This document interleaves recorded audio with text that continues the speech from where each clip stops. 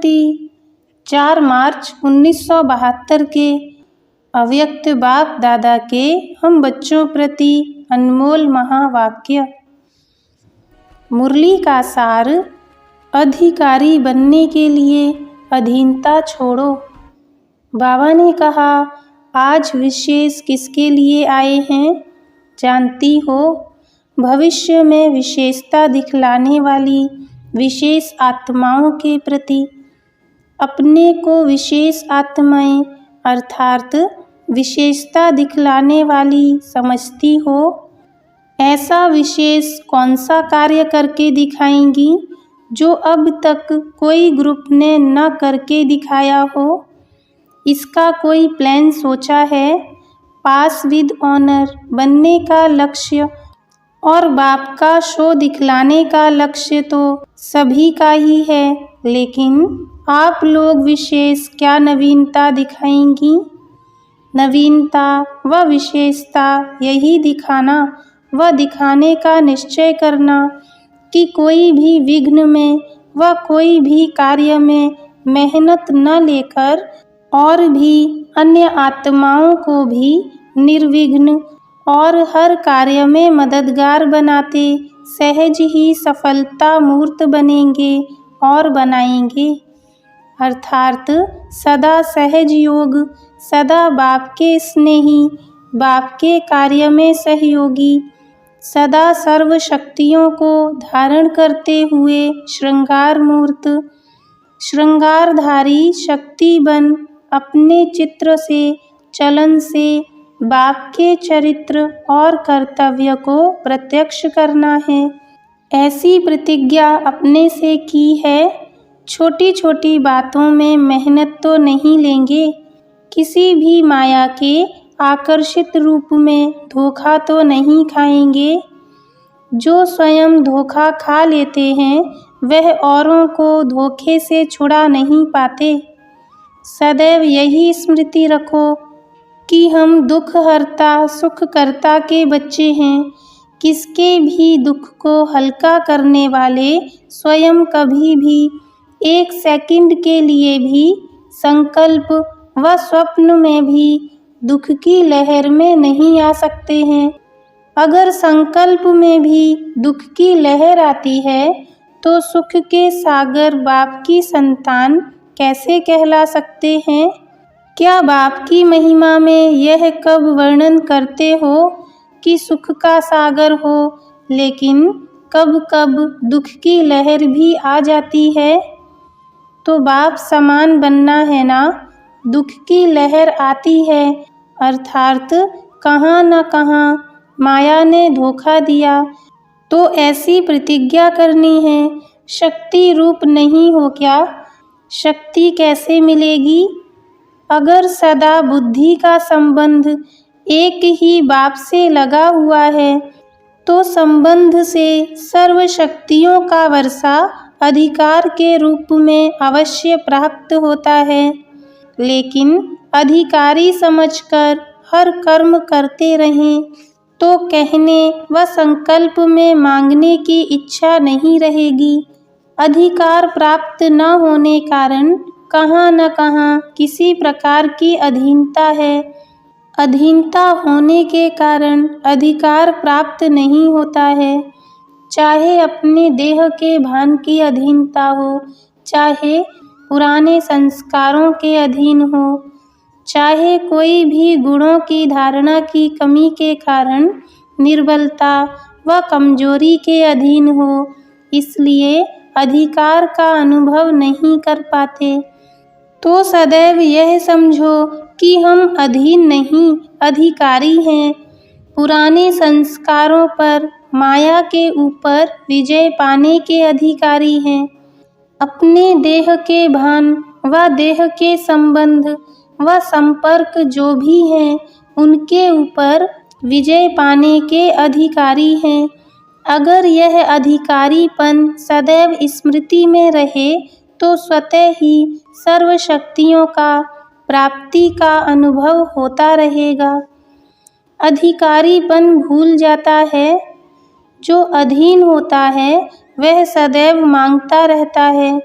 अधिकारी जो होता है वह सदैव सर्व प्राप्ति स्वरूप रहता है। बाप के पास सर्व शक्तियों का खजाना किसके लिए है?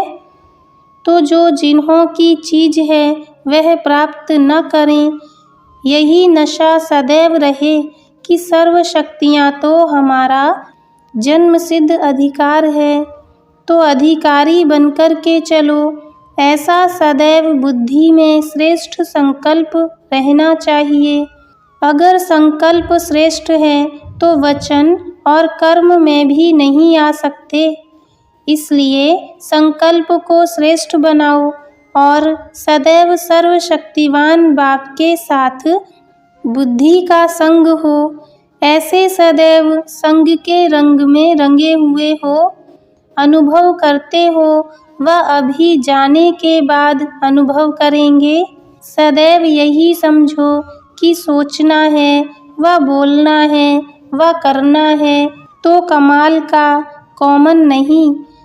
अगर कॉमन अर्थात साधारण संकल्प किए तो प्राप्ति भी साधारण होगी। जैसे संकल्प वैसी सृष्टि बनेगी ना। अगर संकल्प ही श्रेष्ठ न होंगे तो अपनी नई सृष्टि जो रचने वाले हैं उसमें पद भी साधारण ही मिलेगा। इसलिए सदैव यह चेक करो हमारा संकल्प जो उठा वह साधारण है व श्रेष्ठ। साधारण संकल्प व चलन तो सर्व आत्माएं करती रहती हैं। अगर सर्वशक्तिवान की संतान होने के बाद भी साधारण संकल्प व कर्म हुए तो श्रेष्ठता व विशेषता क्या हुई? मैं विशेष आत्मा हूँ, इस कारण हमारा सभी कुछ विशेष होना चाहिए। अपने परिवर्तन से आत्माओं को अपनी तरफ व अपने बाप के तरफ आकर्षित कर सको। अपने देह के तरफ नहीं, अपनी अर्थात आत्मा की रूहानियत तरफ। तुम्हारा परिवर्तन सृष्टि को परिवर्तन में लाएगा। सृष्टि का परिवर्तन भी श्रेष्ठ आत्माओं के परिवर्तन के लिए रुका हुआ है। परिवर्तन तो लाना है, ना कि यह साधारण जीवन ही अच्छी लगती है। यह स्मृति, वृत्ति और दृष्टि अलौकिक हो जाती है तो इस लोक का कोई भी व्यक्ति व कोई भी वस्तु आकर्षित नहीं कर सकती। अगर आकर्षित करती है तो समझना चाहिए कि स्मृति में व वृत्ति में व दृष्टि में अलौकिकता की कमी है। इस कमी को सेकंड में परिवर्तन में लाना है।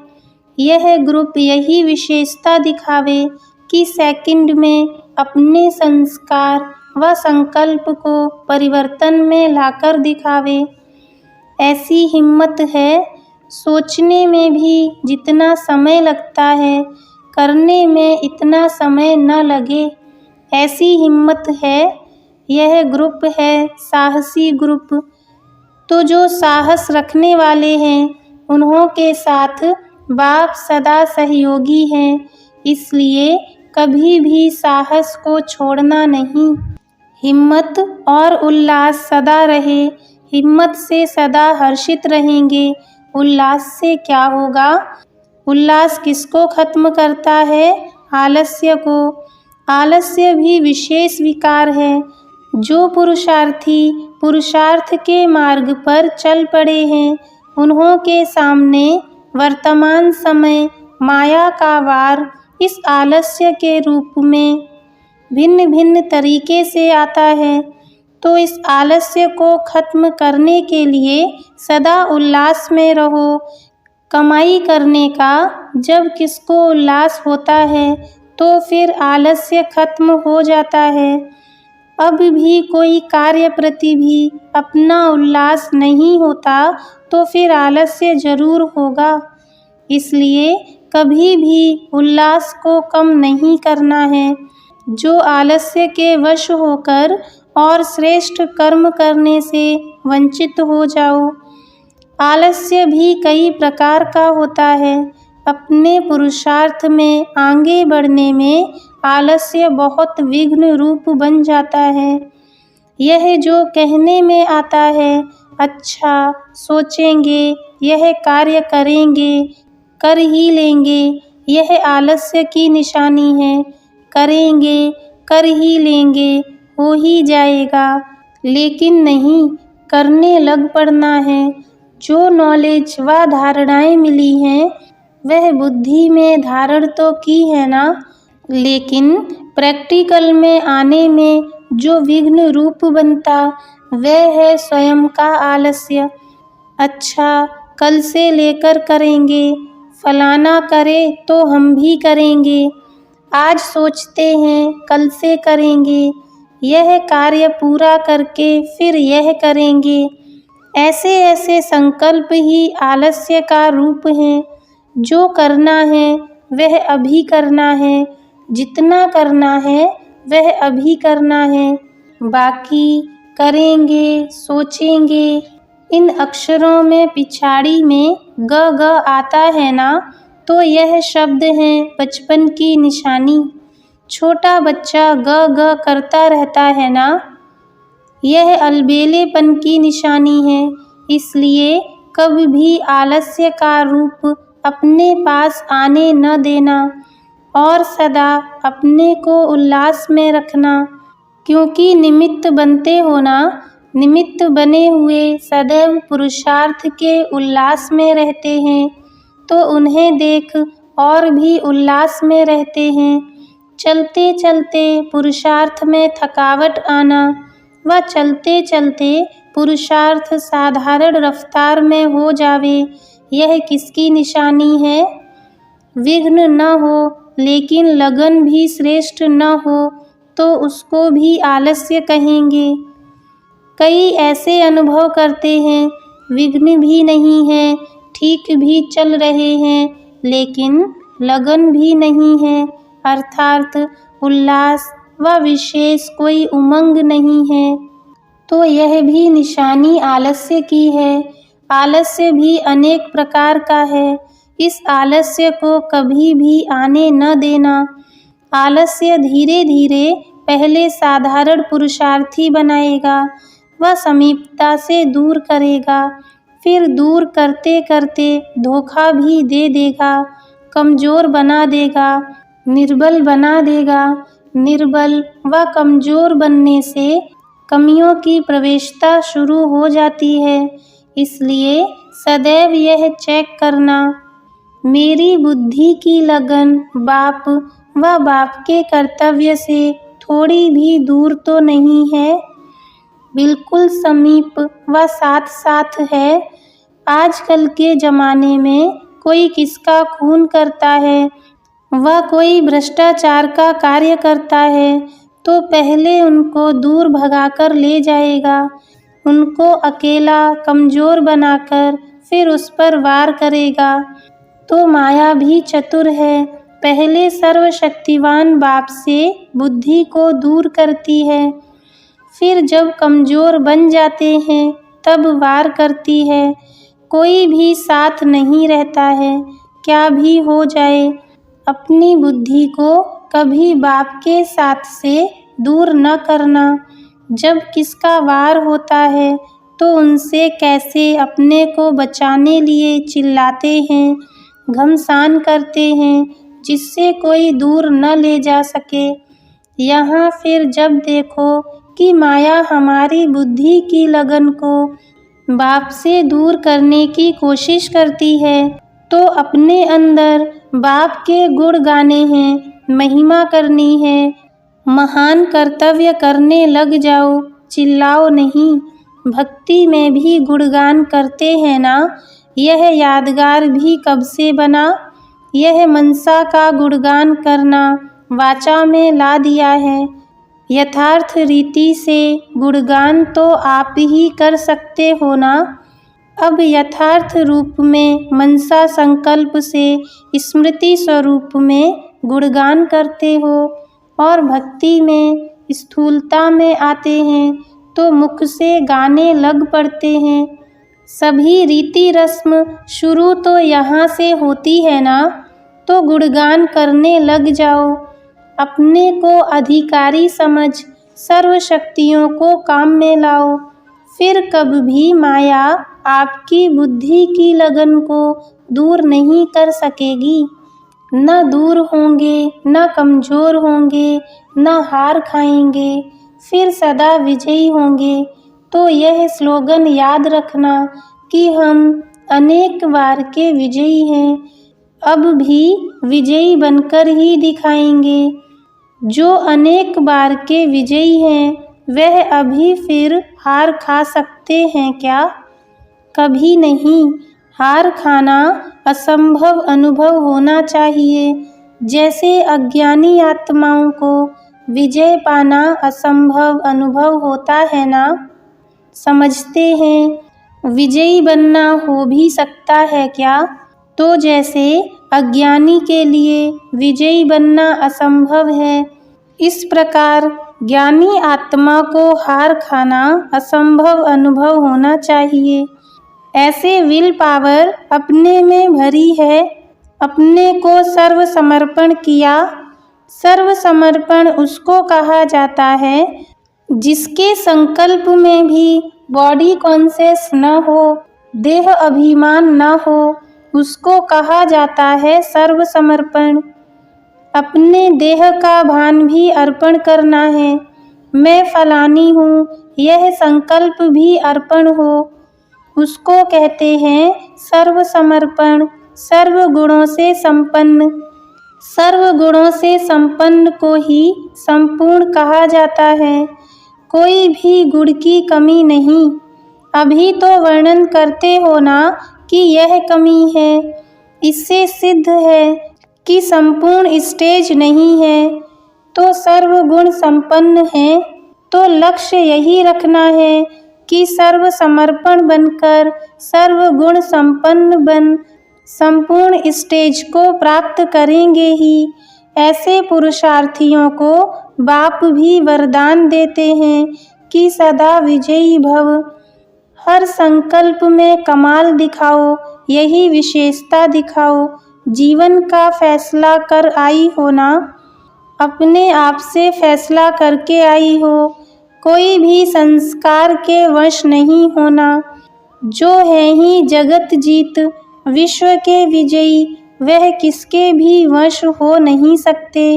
जो स्वयं सर्व आत्माओं को नज़र से निहाल करने वाली हैं, उनकी नज़र और कहाँ भी नहीं जा सकती। ऐसे दृढ़ निश्चय बुद्धि हो, अपनी सभी कमजोरियों को भट्ठी में स्वाहा किया व करना है। फिर ऐसे तो नहीं कहेंगी कि बाकी यह थोड़ी रह गई है। अभी मनसा की जेब को अच्छी तरह से जांच करना, कहाँ कोई कोने में कुछ रहा तो नहीं। वह जानबूझकर जेब खर्च रखा है, यह अच्छी तरह से देखना। उम्मीदवार ग्रुप हो व इससे ऊपर क्या होता है, उम्मीदवार भी हैं और विजयी भी हैं। तो यह अनेक बार का विजयी ग्रुप है, विजयी है ही, उम्मीद की बात नहीं। ऐसे विजयी ही विजय माला के मड़के बनते हैं। उम्मीद नहीं, लेकिन 100% निश्चय है कि हम विजयी हैं ही। देखना, माया कम नहीं है। माया की छम छम रिमझिम कम नहीं। माया भी बड़ी रौनकदार है। सभी तरफ से, सभी रूप से माया की नॉलेज को भी समझ गए हो कि माया क्या चीज़ होती है और किस रूप से, किस रीति से आती है, इसकी भी पूरी नॉलेज ली है। ऐसे तो नहीं कहेंगे कि इस बात की तो हमें नॉलेज नहीं थी। ऐसे अनजान बनकर अपने को छुड़ाना नहीं। कई कहते हैं हमको तो पता नहीं था कि ऐसे भी कोई होता है। क्या क्या करते रहते हैं, अनजान होने कारण भी धोखे में आ जाते। लेकिन जब मास्टर नॉलेजफुल हो, तो अनजानपना नहीं रह सकता। यह जो शब्द निकलता है कि मुझे इस बात का ज्ञान नहीं था, यह भी कमजोरी है। ज्ञानी अर्थात ज्ञानी। कोई भी बात का अज्ञान रहा तो ज्ञानी कहेंगे क्या? ज्ञान स्वरूप को कोई भी बात का अज्ञान न रहेगा। जो योग युक्त होंगे उनको न अनुभव होते भी ऐसा ही अनुभव होगा जैसे कि पहले से सभी कुछ जानते हैं। त्रिकालदर्शी फिर अनजान कैसे हो सकते हैं? तो मास्टर नॉलेजफुल भी बने और विजयी भी बने तो हार असंभव ही अनुभव होगी ना। अब देखेंगे यह ग्रुप कैसी झलक दिखाता है। आपकी झलक से सभी को बाप की झलक दिखाई दे। बेचारे आत्माएं तड़पती हैं, बाप की जरा झलक दिखाई दे तो सर्व प्राप्ति हो। तो अब बाप की झलक अपनी झलक से दिखाओ, समझा? तो यह विजयी ग्रुप है। उल्लास से आलस्य को भगाने वाले हो। अभी प्रैक्टिकल देखेंगे। प्रैक्टिस को प्रैक्टिकल में कहाँ तक लाती हो यह भी मालूम पड़ जाएगा। यह कमाल दिखाओ। जो जिस भी स्थान पर जाओ, जिस साथी के साथ सर्विस में मददगार बनो, उनके तरफ से कमाल के सिवाय और कोई बात ही न आए। एक एक लाइन में कमाल लिखें, तब कहेंगे विजयी ग्रुप है। बाप समान बनकर दिखाओ। ऐसे कमाल कर दिखाओ जो बड़े भी आपके गुणगान करें कि सचमुच यह ग्रुप निर्विघ्न सदा बाप की लगन में मगन रहने वाला है। एक के सिवाय और कुछ सूझता ही नहीं।